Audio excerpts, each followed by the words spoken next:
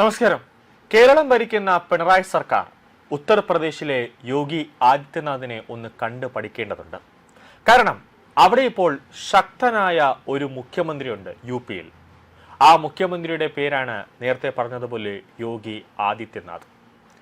അഴിമതി എന്ത് എന്ന് ഇപ്പോൾ സർക്കാർ ഉദ്യോഗസ്ഥർക്ക് അറിയില്ല എന്നതാണ് പ്രധാനപ്പെട്ട കാര്യം. യോഗി എത്തിയതോടുകൂടി ഉത്തർപ്രദേശിൽ അഴിമതി എന്ന വാക്ക് തന്നെ ഡിക്ഷണറിയിൽ നിന്നും ഇല്ലാതായി.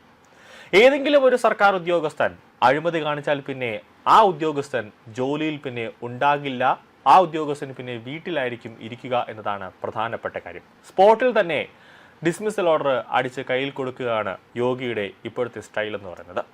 നിലവിൽ ഉത്തർപ്രദേശ് സർക്കാരിന്റെ പ്രവർത്തനം കേരളത്തിൽ മാതൃകയാകണമെന്ന് തന്നെയാണ് സമൂഹ മാധ്യമങ്ങളിലടക്കം കേരളത്തിലടക്കം ജനങ്ങൾ ഒന്നടക്കം പറയുന്നത്.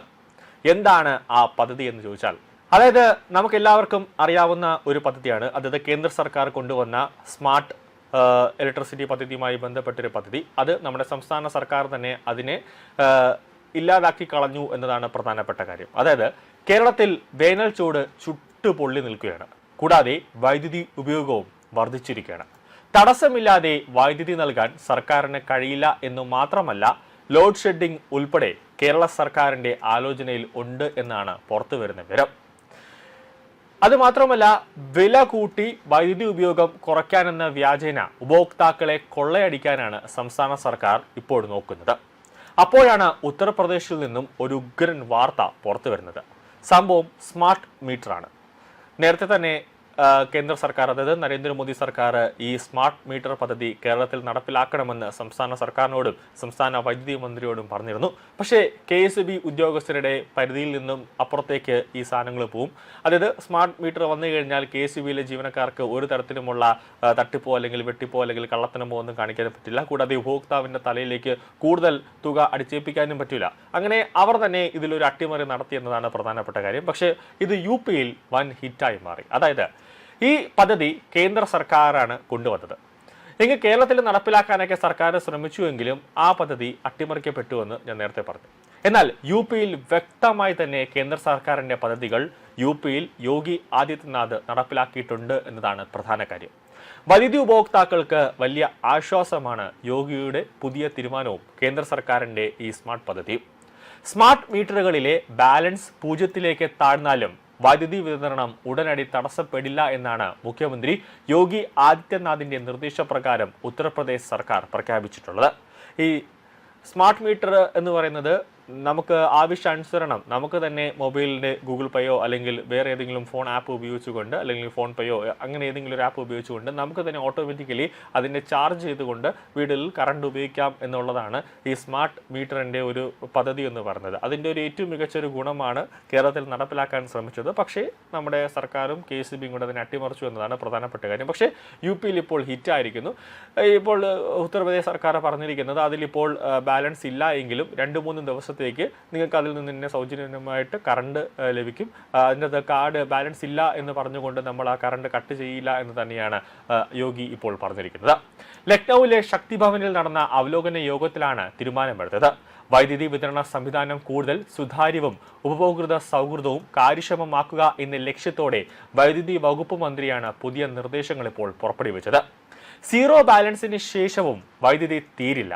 ബാലൻസ് തീർന്നാലും ഉപഭോക്താക്കൾക്ക് 3 ദിവസം വരെയോ 200 രൂപ പരിധി വരെയോ വൈദ്യുതി ലഭിക്കുമെന്നത് തുടരുമെന്നാണ് സംസ്ഥാന ഊർജ്ജ മന്ത്രി അരവിന്ദ് കുമാർ ശർമ്മ പറഞ്ഞത്.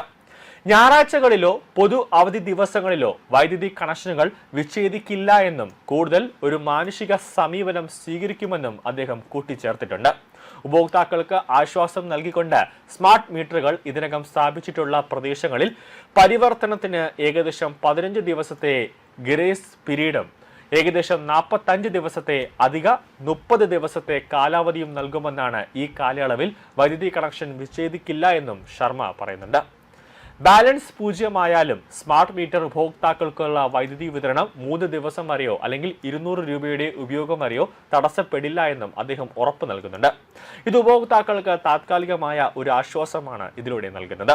അതിനിടെ ഒരു സാങ്കേതിക സമിതി റിപ്പോർട്ട് സമർപ്പിക്കുന്നതുവരെ ഉത്തർപ്രദേശിൽ പരമ്പരാഗത മീറ്ററുകൾ സ്മാർട്ട് മീറ്ററുകൾ ഉപയോഗിച്ച് മാറ്റി സ്ഥാപിക്കുന്നത് താത്കാലികമായി നിർത്തിവച്ചിട്ടുണ്ടെന്നും യോഗി ആദിത്യനാഥ് പറഞ്ഞിട്ടുണ്ട്.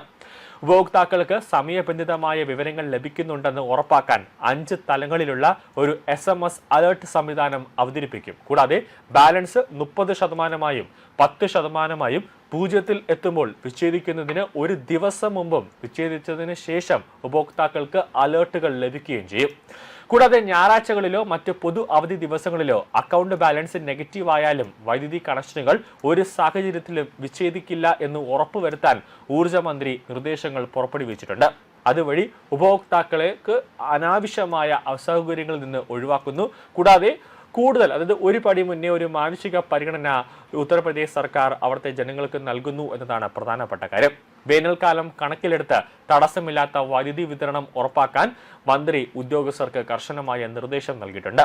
ട്രാൻസ്ഫോമർ മാറ്റി സ്ഥാപിക്കൽ വൈകരുതെന്നും അയഞ്ഞ വയറുകൾ, സ്പാർക്കിംഗ് തുടങ്ങിയ പ്രശ്നങ്ങൾ ഉടനടി പരിഹരിക്കണമെന്നും അദ്ദേഹം KECBയിലെ ഉദ്യോഗസ്ഥർക്ക്, അതായത് ഉത്തർപ്രദേശിലെ വൈദ്യുതി ബോർഡിനോട് നിർദ്ദേശം നൽകിയിട്ടുണ്ട്.